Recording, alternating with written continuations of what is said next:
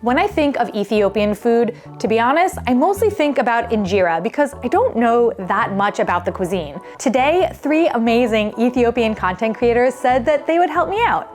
Hi, my name is Eleni. I live near Portland, Oregon. I am originally from Ethiopia and I teach online Ethiopian food cooking classes. Hey, my name is Helen. I was born in Ethiopia and I live in London now. You can find me on Instagram as Ethiopian Foodie. That's where I share loads of plant-based and vegetarian Ethiopian food recipes. Hi everyone, my name is Ayda. I'm the co-founder of Balamoya, which is a platform to share and celebrate Ethiopian food culture. I'm really excited. There's so much for me and all of us to learn, so let's get the food going.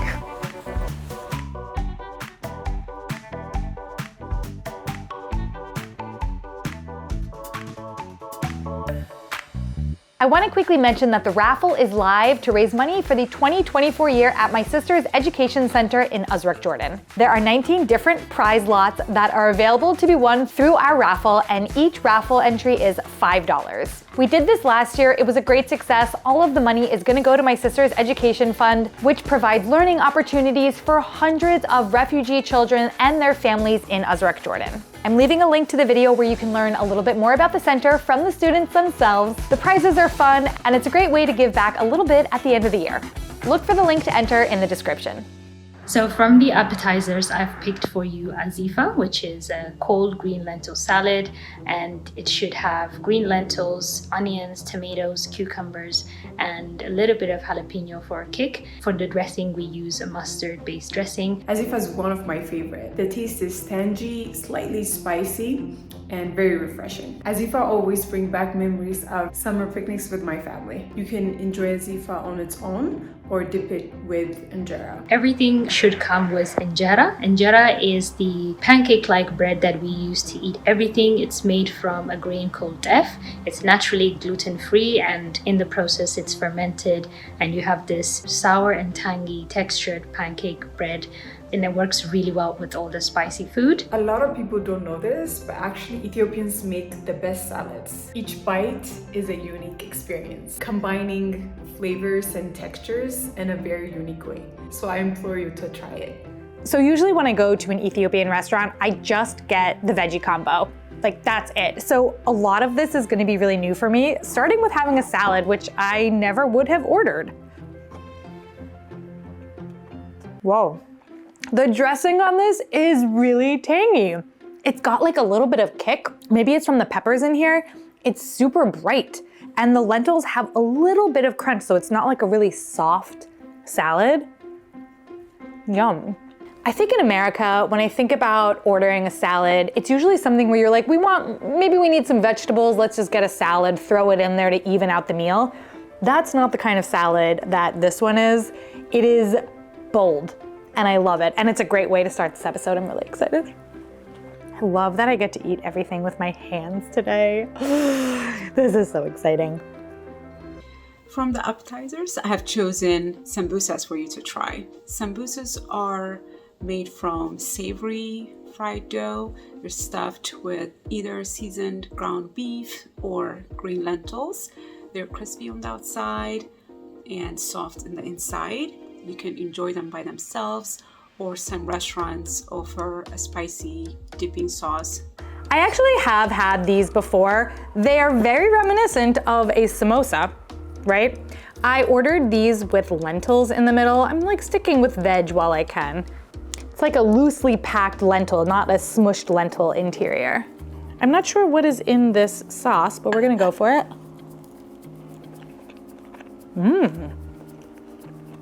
Very fresh. What is this? Tomatoes. Oh, it's grated tomatoes. What? That's so interesting, with like onions in it. Kind of adds like a layer of brightness to the heavier lentil stuffing. The dough that's surrounding these is a very different type of dough than a samosa dough. It is much doughier, and it's not necessarily as crispy, and I don't know if that's because this is delivery and they're supposed to be crunchier, but I like that they're actually a little bit softer. It kind of has more of a like Turkish bread type of texture to it versus like a deep fried crunchy texture. It's kind of like relaxing to eat. Sometimes things are too crunchy, but not this. I think that this is a good entry level dish.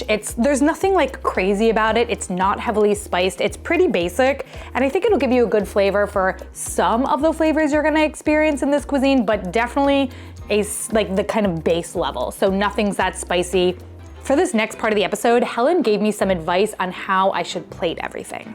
In Ethiopian cuisine, everything is really presented and served on one big plate. I'm going to suggest you try and serve up your dishes in this way so you can really have a really authentic experience. So to serve everything, first you're going to grab a plate and you're going to lay your injera on top, and then on top of the injera you're going to scoop the different sauces and you're going to use your hands to eat. Now most people are not comfortable with eating with their hands, but we think your hands are your best tools, so get comfortable, wash your hands and eat. If you're sharing with other people, I highly suggest just eating in your own lane and don't lick your finger while you're eating. But if you're eating on your own, that's all totally fine.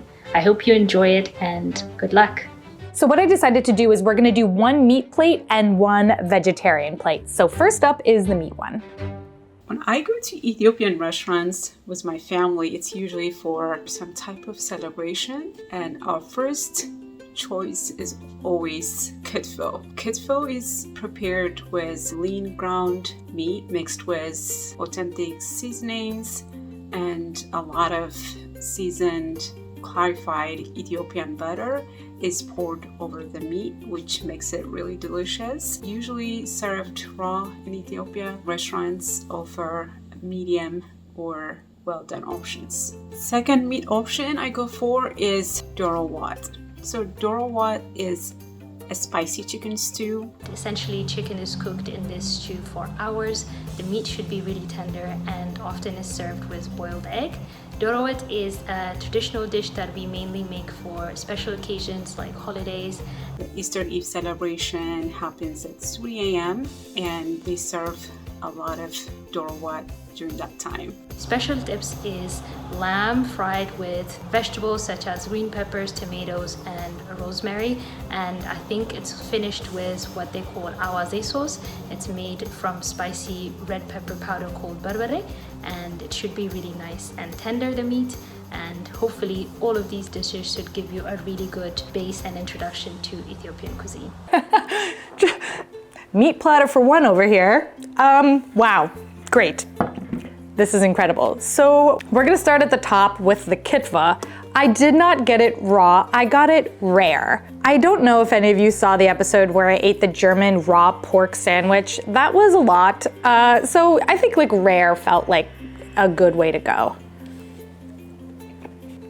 It is rare. It's spicy. I feel like you can taste the rareness of the meat. There is that kind of chewy texture to it. And there's a flavor. Like raw, rare meat has a flavor to it of like meat. And I feel like I'm getting that. I kind of want to mix it with some of the veg here.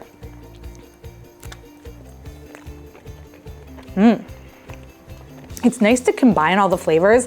I'm getting a lot of this like deep, smoky richness.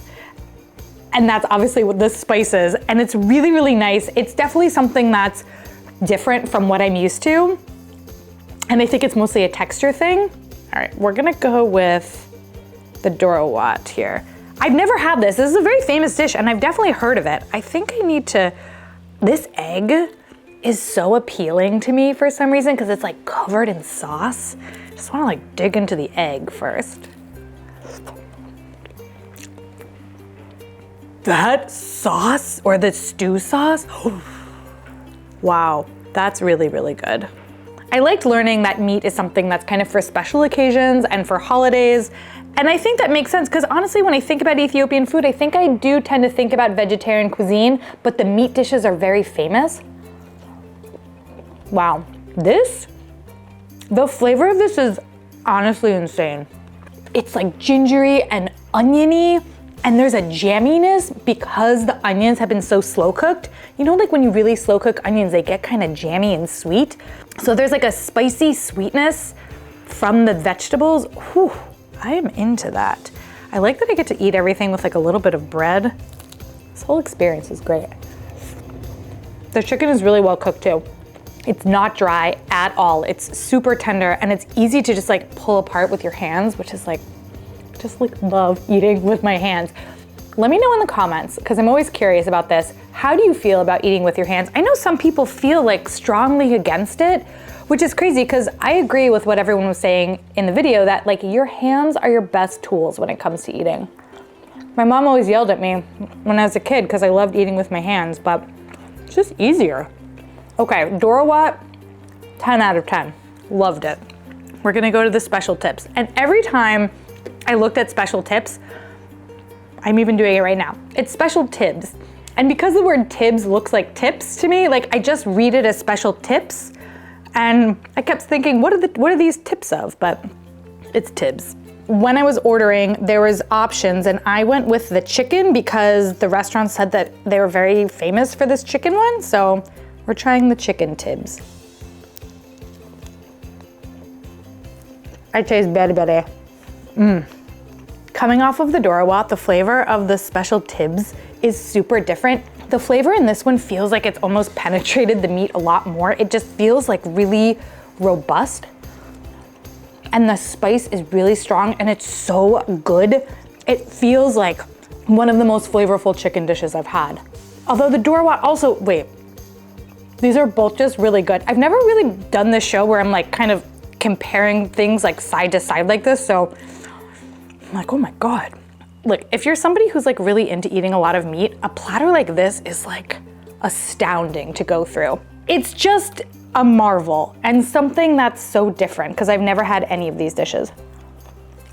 I think when looking at these three dishes, the only one that I would say feels like a little bit more advanced would be the Kitfo, and that's just because you can either get it raw or rare. You can also get it well done, and if you did, it would just be a really well-spiced ground meat dish. But because I got it rare, I'm putting it in the advanced mode. Everything else though, like if you're a chicken lover or a lamb, because Special Tips comes out with lamb as well, highly recommend.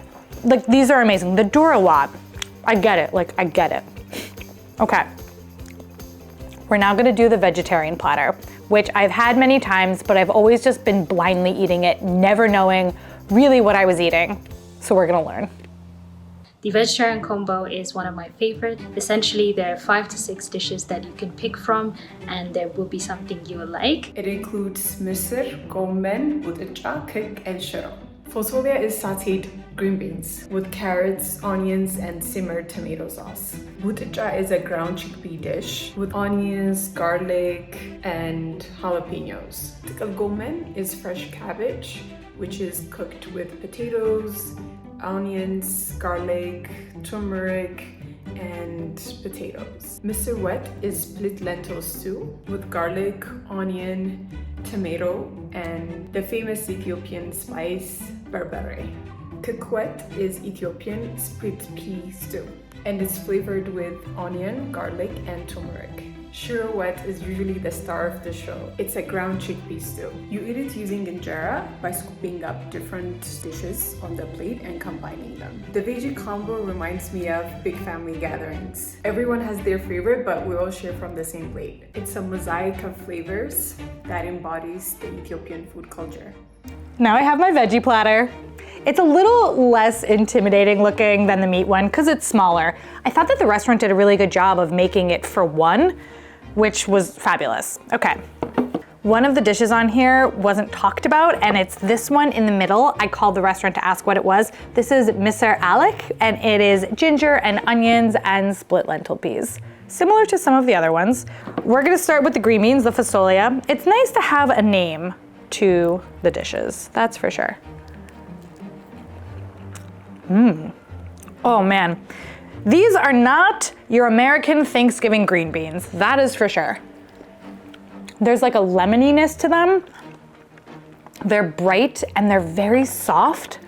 And like there's beans in these and carrots, so there's really good texture to it. I think sometimes green beans get a bad rap for being like kind of a lame bean. I don't know, maybe that's not true. Maybe that's not true. That's just my opinion, that like in the hierarchy of the beans, green beans, they're not the most beloved, but I really like a green bean, and I think that this dish does green beans justice, like justice for green beans in Fossolia, for sure. Next up here is the Buticha, which is got some jalapenos in it, which is interesting. I didn't really think about jalapenos necessarily being an Ethiopian pepper, but yeah. The chickpeas are ground, but they're very loose in texture. They're not like, sometimes I think about the fact that a ground chickpea that's smashed can be very similar to the texture of a smashed potato. And these are still very loose. Again, there's a brightness to everything, which I think is really nice. I think one of the things that I'm struggling with is that I can't necessarily distinguish all the individual flavors of things. I know that I like it, and I like that I know it. I always just really like it when vegetables get to be the star of a cuisine. I'm a huge veggie fan, and so like seeing vegetarian forward cultures, it makes me really happy. Okay, cabbage, the Tikil Gomen. I love cabbage. I've always wanted to do a cabbage episode. Cabbage is like in my blood. I have it every morning. This cabbage actually reminds me of Polish cabbage a little bit, that it's braised, not that seasoned. This is good though. This like really reminds me of the cabbage dish I grew up with. This is funny. You can taste garlic and you can taste onion in this, but like I would say of the dishes so far, the cabbage is the softest and least flavored, which is kind of nice. I think actually we're gonna do a little pairing of the Buticha with the Tikil Gomen. Let's see how this works, because I think that combining them is also like a big part of this. They play nicely together. There's crunch from the cabbage and then you get all the flavor from the Buticha. Okay, this is the Minchet Wat, and that one was also what was in the meat platter. Whew, that was heavy. That meat platter is a big boy. Super flavorful. Coming off the cabbage into that one is like night and day. This one feels like almost barbecue-y. It is deep. Nothing here is spicy, by the way. It's just like, it's spicy, but spicy being spiced. I guess I could just say spiced. It's spiced. Wow, it's got like a punch. You like keep tasting it even after you've swallowed and even after you've been blabbering. This one is definitely the biggest kick of them all so far. Kick what?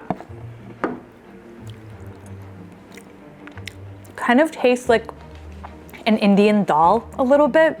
There's like a delicateness to it. It's soft. It's definitely not as heavily spiced as the one that we just had.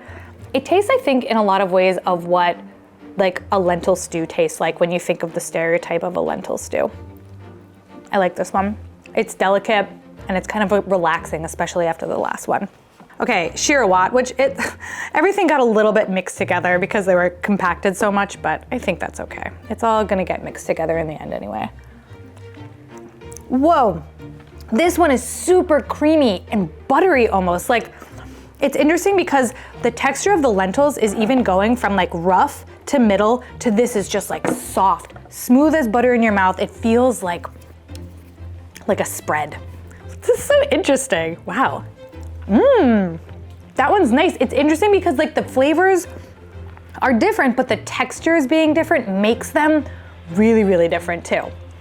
The last one that's in the middle is the Mr. Alech, which is interesting because it kind of, well, it looks pretty similar to some of the other things.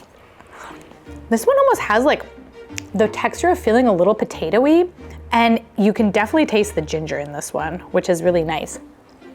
Honestly, like the veggie platter, it's amazing. It's amazing how much diversity you can get within a limited number of ingredients, because on this plate, there's a lot of lentils, but nothing tastes the same, except I think maybe a little bit like these last two taste a little the same. But other than that, everything's really, really different, especially the Minchet Wat. And part of it might be the berbere spice. It's also like the roughness of the lentils, like this is the big boy, and then everything else is kind of like dancing about, being amazing, and then this one's like, I am the flavor buster of the plate. That's how I felt about this. This whole thing is so good. Like, I'm so glad that we finally did Ethiopian food. I know that a lot of you were asking for it, and I hope that this has scratched your itch. I'm gonna leave in the description all the other things that people recommended. There wasn't that much more, but there are a couple of other dishes in there. And of course, my entire order, which is going to be on my website, which is linked below so that it's a little easier for you to see everything and remember what I got.